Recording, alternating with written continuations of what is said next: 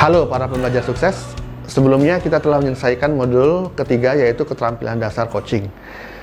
Kali ini kita akan masuk ke monitoring progress skill, yaitu cara melakukan pemantauan kinerja tim yang efektif. Ya, nah monitoring progress skill ini saya menggunakan metode yang namanya feeling. Ya, feeling itu singkatan, gitu ya. F-nya adalah facts, fakta, E-nya emosi, E-nya lagi encourage. Encourage itu adalah mensupport, gitu ya. L, learning, ya, atau pembelajaran. I, implication, atau implikasi, dampak dari pembelajaran itu apa. N dan G, singkatan dari new goal. Baik, kita masuk ke tahap pertama, facts atau fakta. Jadi tahap ini, ya, Anda sebagai leader atau sebagai coach menggali informasi mengenai apa yang telah berhasil dilakukan atau diselesaikan coachee, ya. Karena di sesi berikutnya dia sudah menentukan action plan, kemudian action plan-nya dia jalankan. Nah, di sesi berikutnya kita harus tanyakan dong, gitu kan, apa yang sudah dia lakukan, gitu ya. Tanyakanlah secara positif, gitu ya. Apa yang dia sudah lakukan dan apa yang belum dilakukan. Kalau perlu digali sespesifik mungkin, yaitu menggunakan precision model, gitu ya. Oke, contohnya adalah contoh-contoh kata-kata pertanyaan pembukanya adalah apa yang Anda sudah selesaikan dari yang sudah Anda rencanakan, sudah selesai berapa persen, ya. Berapa lama Anda pikirkan untuk mengerjakannya, apa yang menghalangi Anda untuk melakukannya, ya. Dan kalau misalnya kadang-kadang kita bisa challenge juga, ya, kalau memang itu penting itu kita challenge. Contoh, jadi apakah goal tersebut masih penting buat Anda untuk Anda kerjakan, gitu ya, seperti itu. Jadi betul-betul pertanyaan seperti itu. Kemudian bisa suatu waktu kita cek emosi dia, jadi cek emosinya, gitu ya, atau perasaan mengenai apa yang coaching sudah lakukan atau yang coaching belum berhasil lakukan, gitu ya. Bila coaching berhasil mengerjakan sesuatu, kita perkuat emosi positif tersebut, ya, sehingga coaching merasakan motivasinya, gitu ya. Dan bila coaching belum berhasil mengerjakan, pastikan ke dia bahwa kita tidak menuduh atau menyalahkannya, gitu ya, tapi gali apa fakta-faktanya, gitu ya. Contoh-contoh pertanyaannya adalah bagaimana perasaan Anda mengenai hal ini, apa yang Anda rasakan ketika Anda berhasil mencapainya, apa yang Anda rasakan ketika Anda sedang berusaha mengerjakannya. Nah, itu ya, kita bisa gali. Encourage ini adalah tahap di mana kita memberikan support atau pujian atas usaha-usaha coaching. Hargailah perubahan yang coaching telah buat, ya. Temukan tantangan-tantangan yang coaching hadapi saat mengerjakan dan lalu akui bahwa dia berhasil melampauinya, gitu ya. Bahwa dia berhasil mengerjakannya, dia berhasil menyelesaikannya, gitu. Kita akui dan kita puji. Fokus pada apa yang telah berhasil dilakukan dan bukan pada apa yang tidak, gitu ya, untuk mengencourage ini. Contoh,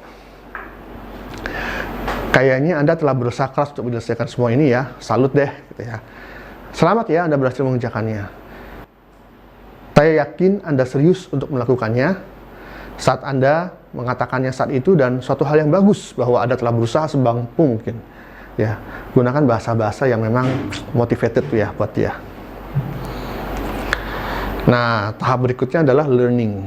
Learning ini adalah titik sentral dalam follow through, ya, atau dalam follow up. Jadi proses pembelajarannya coaching itu bukan hanya pada saat di coaching, tapi pada saat dia berhasil mengerjakan PR-nya, bahkan pada saat dia tidak berhasil mengerjakan PR-nya juga ada kesempatannya untuk learning, ya. Jadi cek pada pelajaran yang coaching dapatkan dan fokus pada perilaku baru yang berhasil dia capai, bila ada, gitu ya. Contoh pertanyaannya adalah, pelajaran apa yang Anda dapatkan ketika mengerjakan hal itu? Apa yang Anda temukan tentang diri Anda? Hal baru apa yang Anda dapatkan? Perilaku baru apa yang Anda ingin pertahankan? Gitu ya. Nah, itu learning.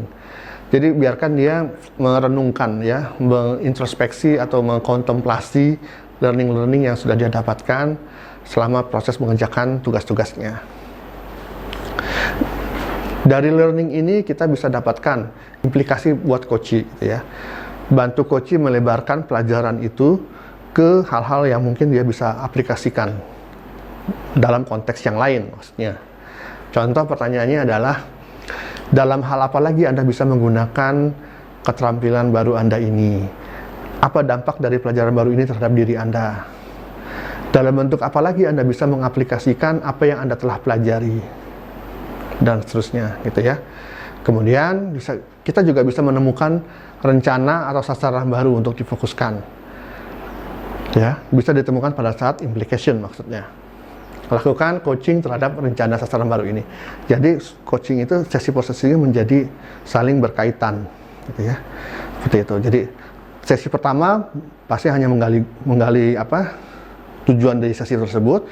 Sesi kedua harus diawali dengan follow up atau follow through menggunakan feeling. Kemudian menemukan goal, lanjut coaching lagi, temukan action plan. Lanjut ke sesi ketiga, follow up lagi, coaching lagi, follow up lagi, coaching lagi, follow up, coaching, terus gitu sampai akhirnya target kinerjanya tercapai. Jadi berkelanjutan coaching itu ya, kelihatannya seperti itu. Contoh pertanyaannya hal apa lagi Anda ingin lakukan? Apa rencana Anda setelah menyelesaikan hal ini? Apakah Anda ingin kita bahas hal ini lebih jauh? Dan itu menjadi trigger untuk menemukan new goal dalam sesi tersebut. Nah, silakan Anda melakukan latihan feeling ini secara offline selama sekitar 10 menit. Dan setelah itu Anda boleh kembali untuk melihat video-video selanjutnya. Berikutnya kita akan masuk ke modul kelima, yaitu giving feedback skill. Ya. Semoga modul monitoring progress skill barusan dapat berguna bagi Anda untuk membuat diri Anda jauh lebih baik. Hanya di Corpora e-learning, belajar bisa di mana saja dan kapan saja.